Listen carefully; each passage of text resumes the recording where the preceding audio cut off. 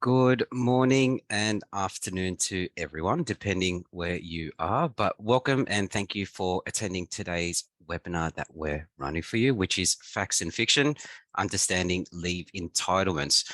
On behalf of the business, we thank you for taking some time off to watch this webinar with your very busy schedules. Look, the positive news is that we have a good amount of people who have just jumped on, but we know there are a few people that said they were going to attend that haven't. So hang on for a minute and we will begin shortly.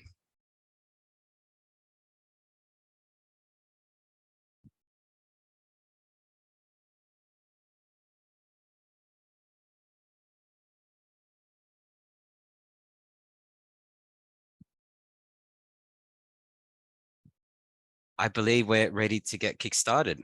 Ladies and gentlemen, a very warm welcome to you all. Leave entitlements. It's one of those many areas of the business that can be tricky to manage even at the best of times.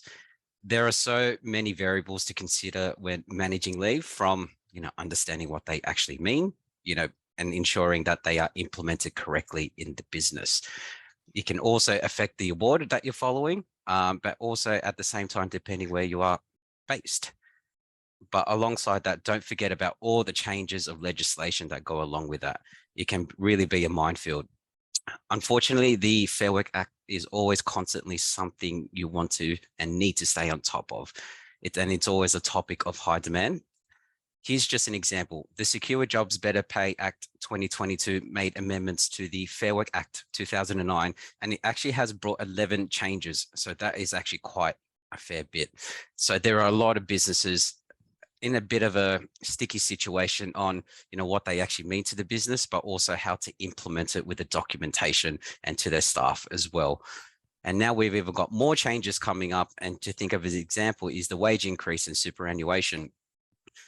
That are just a few examples, but at the end of the day, it can be very difficult to understand, but it also goes along with all the complexity of the laws that have been introduced. But that's why we're here to actually help you. I'm sure throughout the presentation, you will have questions. We will go through as many as we can towards the end of the webinar. I strongly encourage you to please use the Q&A function located at the bottom of the presentation so we can actually go through them all. If we don't get to go through your questions, we'll make sure that we will make time specifically for you after the webinar. So if this is a refresher for you, great. We've hopefully helped tick all the boxes there. Or if you're new or trying to get your head around leave entitlements, you have come to the right place to build that strong foundation. So before we get started, I would like to introduce you to today's speakers. As you can see on the bottom, that's me. And my name is Perry Jagden, and I am the Inside Sales Manager here at HR Assured. And on the top, we are lucky enough to have Brigida Poulos present for you today. Brigida is one of our very well-respected, experienced workplace relations consultants for HR Assured. And today, Brigida will be going through today's webinar. You may or may not be aware of the FCB family. For the ones who are, welcome back. For the ones who aren't familiar with our organization, on your screen are all the current members of the FCB family. We'd like to say that we can be your one-stop shop when it comes to managing your HR and/or work health and safety. Starting on the top left, we have FCB Workplace Law, which is one of the leading and award-winning workplace relations law firms in Australia. FCB Workplace Law has over 30 plus years experience in the field and is the backbone to where we get all our expertise when it comes to managing employment law and work health and safety. Here's a bit of an FYI. We have 5 accredited employment law specialists in our FCB law firm, which is the most accredited employment law specialist in Australia. We also have FCB Smart Visa, which is our immigration and migration practice. Jumping to the bottom left, we have Enable HR, which is our technology arm of FCB. Enable HR exists to help centralize and automate all your workplace relations requirements on a cloud-based system that goes from recruitment and onboarding all the way through to performance reviews to separation of employment. So our HRIS systems help business manage their compliance stay up to date with legislation, and more importantly, follow good process. And finally, QMS and best practice. They're the newest members of our family. Both QMS and best practice will be able to help out if you're looking to get ISO or NDIS certification for your business. But the banner that we are going to be talking to you today is on the top right, which is HR Assured. HR Assured, to give you an idea, is your ideal external HR and WHS partner for you and the business. HR Assured exists so we can take as much of that work off your hands so you can better spend your time on areas that will be more impactful to the business, such as business strategies and workplace culture. You want to make sure that you're working on the business instead of in. How we do this for you is that when a client comes on board, the first thing we do is do a comprehensive HR and or WHS audit. This is to help diagnose what parts of the organization needs assistance. If there are any critical areas of non-compliance that we find, we will jump onto them straight away. We will then work with you to find all the blind spots and ensure that the business is following best practice and ensure that you're always aware and trained about your obligations. You'll also have access to our qualified advisors 24/7. You will always have a professional at your fingertips. If you find yourself in a tricky situation, you will have someone to turn to help you and also navigate through that problem. You'll also have access to our library of legal resources that are designed and created from our law firm that is always constantly updating. Then quite importantly, you will have access to our advice promise, which is a protection mechanism in the event if you ever receive an employee-related claim from an employee. With that, I'd like to hand over to Brigitte, who will now present the next part of the webinar and the reason you're here, leave entitlements. Over to you, Brigitte. Thanks, Perry. So there are a lot of leave types in our Australian industrial relations framework, and maybe more leave types than you're aware of, and some of them can be quite complex. So today we'll just be doing quite a high-level overview so you can get a bit of an understanding on what your employees have entitlements for. So we'll be looking at annual leave, personal carers leave, compassionate leave, family and domestic violence leave, community service leave, parental leave, long service leave, award entitlements, and the risks of getting entitlements wrong. Okay, well, just to change things up a bit, we got a bit of a fact or fiction. So Brigitte, can employers choose how much annual leave to give their employees? While this is definitely a real question that I've had, this is definitely fiction. So how much annual leave an employer is entitled to depends on the National Employment Standards in the Fair Work Act, and unfortunately isn't up for employer discretion. So let's have a look at the facts of annual leave then. So it is a paid entitlement and it's only for permanent employees. So your full-time employees and part-time employees and not your casuals. The entitlement accrues progressively throughout the year based on ordinary hours of work and accumulates from year to year. Additionally, unused annual leave is required to be paid out to employees upon ending of their employment, whether that's a resignation or a termination. And on this, because it's something that does accumulate from year to year, it is always good to have the practice of encouraging your employees to take their annual leave each year. One, so that they can, use it for its purpose and have a proper break from work. But also, two, that it doesn't end up being this gigantic pile of unused leave that you have to pay out at some point if they resign or are terminated. As far as the amount of leave, it's 4 weeks accrued per year for full-time employees, obviously pro rata for part-time employees, and 5 weeks if they're a shift worker. A common misconception is that if an employee wants to cash out all or most of their annual leave, they can.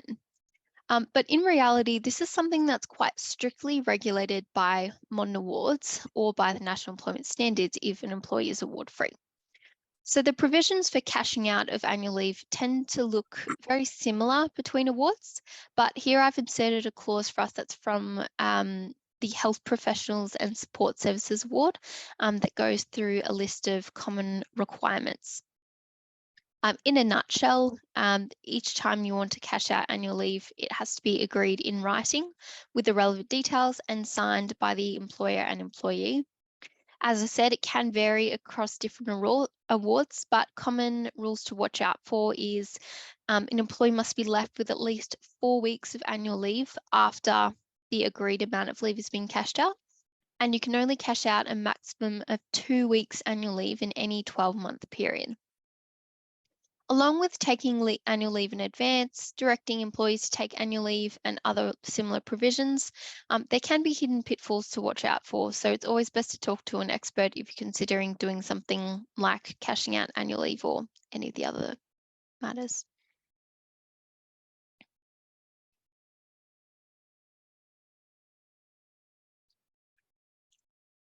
Okay, fact or fiction part 2.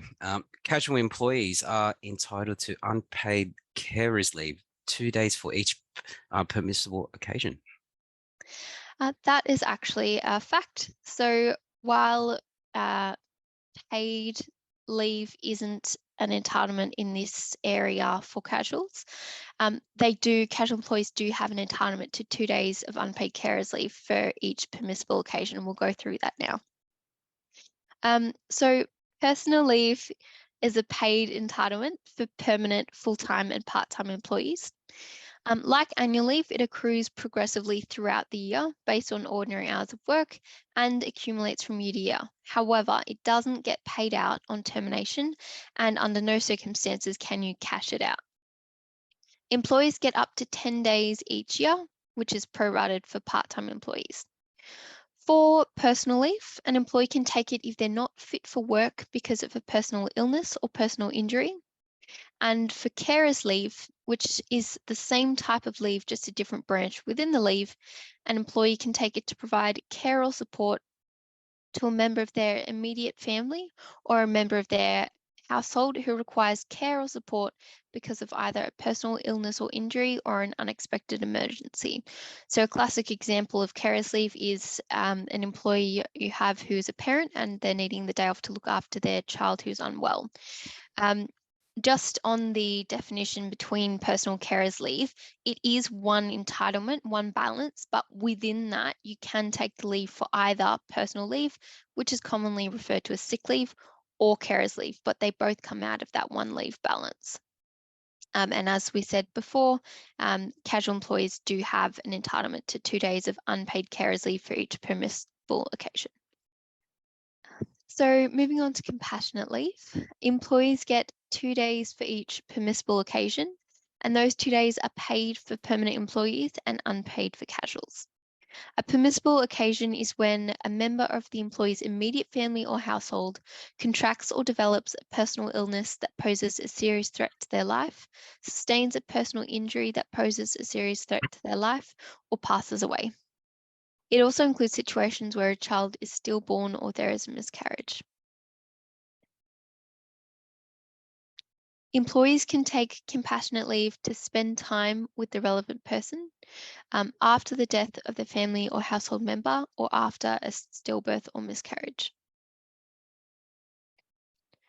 Moving on to family and domestic violence leave, I think it's important to start off with the fact that this entitlement has recently changed, with a new entitlement in force from February this year for employers who are not small business employers, and applying from 1st of August 2023 for small business employers. So this entitlement is now 10 days of paid leave in each 12-month period for all employees.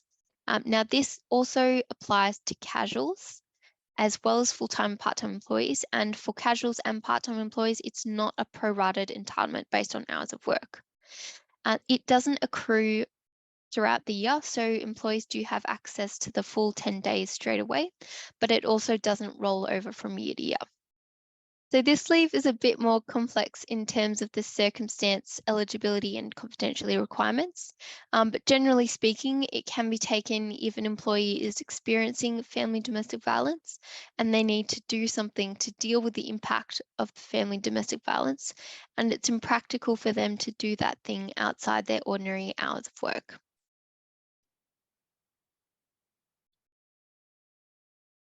All right. So fact or fiction? Employees don't need to provide any evidence if they want to take access to their sick leave. I'd have to say fiction on that one, but it is important to note that an employee is only required to give evidence if requested. So might have a look at that one now.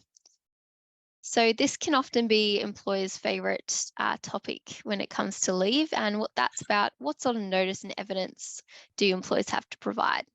Now, these particular requirements apply to personal carers leave, compassionate leave, and family and domestic violence leave. As far as notice goes, it can be tricky in these circumstances because often where an employee has a situation where they'd be needing to take these kinds of leaves, they don't know that until the last minute. And employers do need to make sure that they're acknowledging this and being flexible with employees where necessary. However, employees are still required to provide notice of taking the leave as soon as is practicable and to let the employer know how long they are or how long they're expected to be on leave for. Um, and then back on the evidence requirement, it is an employee is required to give evidence if requested by the employer. So if you don't request it, they're not required to proactively be offering it up. And the evidence can be anything that would satisfy a reasonable person that it's taken for the appropriate reason. So, for example, providing a medical certificate for taking personal leave.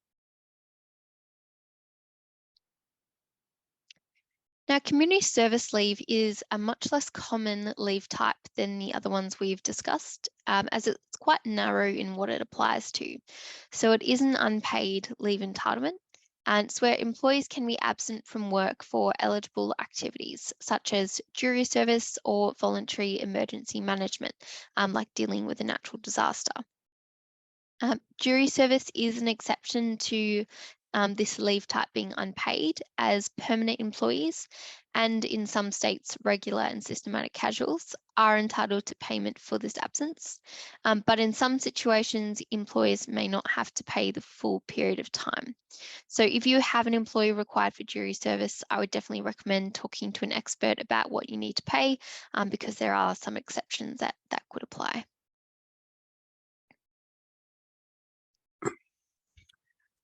Fact or fiction? Only expectant mothers can take parental leave. That one is fiction. So parental leave isn't restricted to only the employee actually having the child, but can also apply to uh, the spouse of the the spouse of the person having a child, or adoption, as we'll see.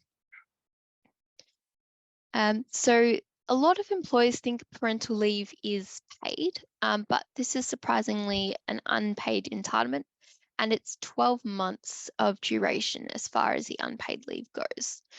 To be eligible to take unpaid parental leave, an employee must have been employed for at least 12 months, and the leave must be associated with the birth of a child of the employee or their spouse or de facto partner, or the placement of a child for adoption. So again, we see it's not just pregnant employees that can access this entitlement.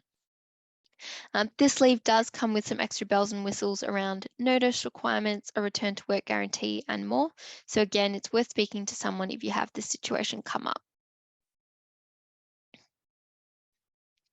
So this one is a big one, long service leave. I could honestly spend an entire second webinar talking about this. It's a very meaty topic and it has very different and complicated provisions. But since I don't want to keep you all here for another 2 hours, I will try and keep it brief. So long service leave, as I said, is a complex entitlement as far as when employees can take it, how much they can take it, what happens to it if they resign or are terminated, and pro rata payments. And part of the complexity is because each state and territory has different legislation governing this type of leave, generally contained in either a Long Service Leave Act or an Industrial Relations Act. Generally speaking, in Victoria, Western Australia, and the ACT, employees are eligible for long service leave after 7 years of service. And in New South Wales, Queensland, South Australia, the Northern Territory, and Tasmania, employees are eligible after 10 years of service. But as I said, factors such as the amount of leave they're entitled to differ from state to state or territory to territory. So that's a conversation for another time. As we near the end of today's session, I'll quickly touch on some additional award entitlements. As I mentioned earlier, there's an additional week of annual leave for shift workers, and whether someone meets the definition of a shift worker is guided by the applicable modern award. Some awards also have other types of leave, such as ceremonial leave. So from the Health Professionals and Support Services Award, we can see that this award provides for 10 working days of unpaid leave in any 1 year if an employee is legitimately required by Aboriginal or Torres Strait Islander tradition to be absent from work for traditional ceremonial purposes.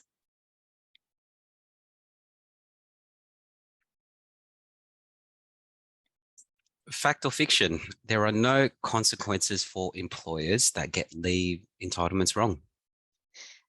Sadly, this one is absolutely fiction. And can be a lot of different consequences for incorrectly accruing or paying or understanding leave entitlements. I would say that the biggest and most common consequence for incorrectly providing leave entitlements for employees is underpayment. Because if we think about it, for example, you have 30 part-time employees and they've been accruing less annual leave than they're entitled to. And this could go on for, 5 years until this is discovered. That's now a huge amount of wages or annual leave that you now owe to those employees, especially taking into account leave loading and wage increases over the 5 years. It's definitely something you want to avoid, and that's not even to mention the reputational damage your business can suffer if word spreads around. It's not always the case that any publicity is good publicity, because you never want your business to be the subject of a quote unquote scandalous underpayment news article. Additionally, not giving employees their correct entitlements can have a real impact on employee satisfaction and workplace culture, and it can lead to decreased employee retention.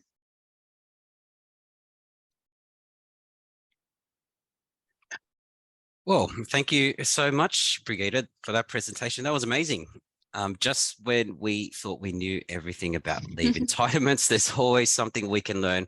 But everyone watching, please take a sip of water if you can, or maybe a hot tea. While Brigida and I were working on this presentation, we were actually discussing other challenges that businesses may face alongside with this presentation of leave entitlements. So we thought we add a bonus slide just for you to use this opportunity to, think of the challenges that you may have faced in the past, maybe what you're facing now, or maybe challenges that you do want to avoid in the future. On top of my head, thinking of the audits and ongoing questions that Brigida and our advice team do receive, I've already mentioned earlier about the secure jobs and better pay changes. Areas about employment contracts and policies being outdated, they're either collecting dust in the cabinet or maybe haven't opened in SharePoint for a very long time, all the way through to managing difficult employees, which is a whole other webinar we can actually talk about. It will actually be really good to know from each and every one of you, and there will be a poll put up on your screen, just the challenges or concerns that you may be facing.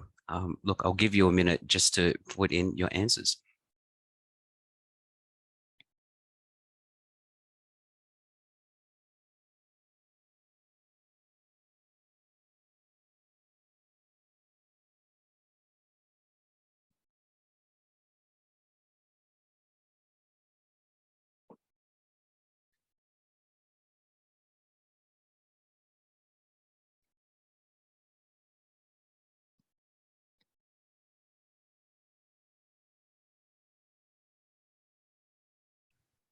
For everyone, here's a nice little pie chart for you that we wanted to share.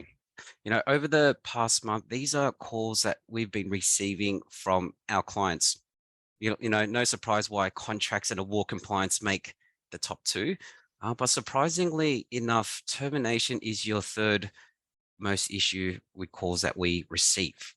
It's very common in today's market as well, and the economy, with redundancies happening, but also on the other side, which is around the behavioral and performance issues, which do lead to termination. Everything else is quite even. I really hope you do find this useful, because these are everyday businesses like yourself facing these issues, and that's why we're here to assist. Now, if you've liked what you've heard so far from Brigida and I, and in the back of your mind, you're thinking of maybe taking a new HR and or WHS service, or maybe just comparing to what you currently have at the moment, we have an exclusive webinar end of financial year offer all for you for attending today. It's limited to the first 10 businesses. So if you're keen, getting very, very quick. It's a tailored people management solution for the business. We've got all the tools here for you to succeed. It safeguards your business from unexpected costs and through tough trading conditions. As you know, penalties and fines can occur, and not managing your HR and WHS properly can be very, very costly. And now with the new changes, with the new civil remedy provisions, it really has put businesses on alert. So more importantly, we have your back. And the offer ends on the 30th of June. If you think you're fully compliant, that is amazing, and that's what we'd like to hear. But if you feel there is room for improvement and looking for a solution like us, please scan the QR code or go to the website below to make that inquiry. We will give you 30 seconds to scan that code or go on our website.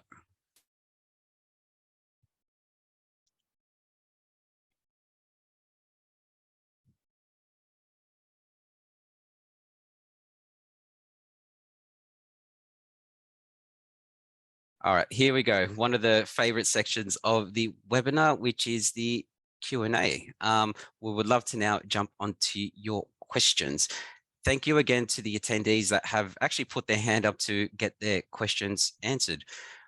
Look, to be very honest, there are quite a fair few in the QA, and even some complex ones. What we've done is tried to put them together, and we'll get through as many as we can. But look, I'm very, very conscious of time. But if we can't get through your questions today, we will get in contact with you after the webinar. So are we ready, Brigida? Good to go. Let's do it. Just from your professional experience, which leave entitlements do businesses usually get mixed up? Look, I would say that personal carers leave, or the difference between those, it can be a confusion point. Or even, what you can take annual leave for can also be a confusion point, because annual leave isn't one of those leave types that has a purpose written out. But yeah, probably those ones I would say get most confused. No, that's a very, very fair comment. It's something I hear all the time as well. So thank you for that. Look, second question, annual leave loading. Very, very big issue at the moment, and it has cropped up a couple of times in the QA box. Can you care to explain annual leave loading again? I guess the mishap that businesses have.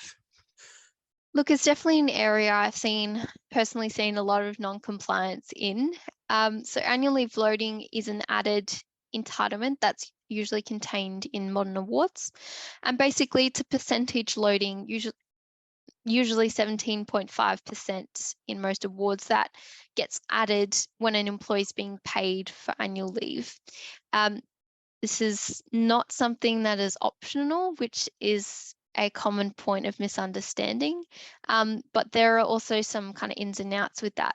But I might have to leave it a bit generally for now, because otherwise it'll get a bit too in-depth. No, that's fine. But we totally understand. Thanks for sharing that.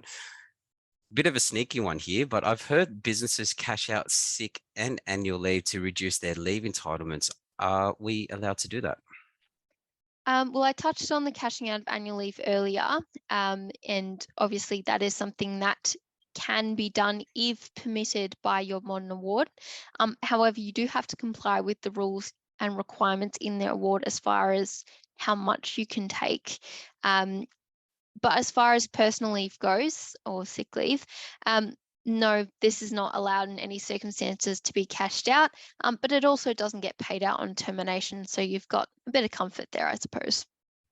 Thank you for that. Fourth question. I have a workplace, a small business, and it's always up and down with health and sickness as well. What are the rules around doctor certificates? And, is there a way that we can potentially ask for a doctor certificate every day to ensure it's actually a valid sick inquiry? Well, like I said before, there isn't a limit on when you can request medical evidence from someone taking personal leave. Look, it doesn't matter if it's, only for 2 hours or a half day, or if it's not a Friday or a Monday. Like, regardless, the entitlement simply states that employers can request employees to provide evidence, which can include, if we're taking personal leave, requesting for them to provide a medical certificate. But the best practice is to have a leave policy in place that lets employees know that for any personal leave requested, an employer may request a medical certificate. And that way you're just leaving it open for yourself to be able to ask that when it comes up. That's a very good point. Thank you, Brigadier. Now, this question's for all the animal lovers out there, pets. We have had instances where our employees have had to stay at home because their pets are sick. What leave entitlement should be what leave entitlement should we be using, and how do we actually manage it? Well, again, it's a common question and one I've definitely been asked multiple times, but unfortunately, there isn't a leave entitlement for the illness or death of pets. However, if an employee would like to, they can request to use some of the annual leave for this purpose, but it doesn't fit into any of the leave entitlement types. Okay, perfect. Thank you. And now you touched a bit on it, but it is a bit of an issue at the moment with the changes. But someone has asked, should we update our policies now about the new changes about family and domestic leave? Look, I would say absolutely. With these kind of changes, you always want your employees to have a proper understanding of what they're entitled to and what the procedures are. So I would definitely recommend amending your leave policies to reflect the new entitlement, and then just reissuing them to employees for them to read and acknowledge those. Okay, I think that's it from us today. On behalf of Brigadier and I and the business, thank you so much for spending some time with us to watch this webinar, Facts and Fiction, Understanding Leave Entitlements. We hope you took advantage of our end of financial year offer, but more importantly, walked away with some important information for you to take back. For the ones that are regular, we do these regularly, these webinars, but for the first timers, please keep a lookout for our next one. But you know what? Here's a bit of a teaser for you all about our next webinar. It's going to be on optimizing your business for tough trading conditions, everything you need to know to plan for the next financial year.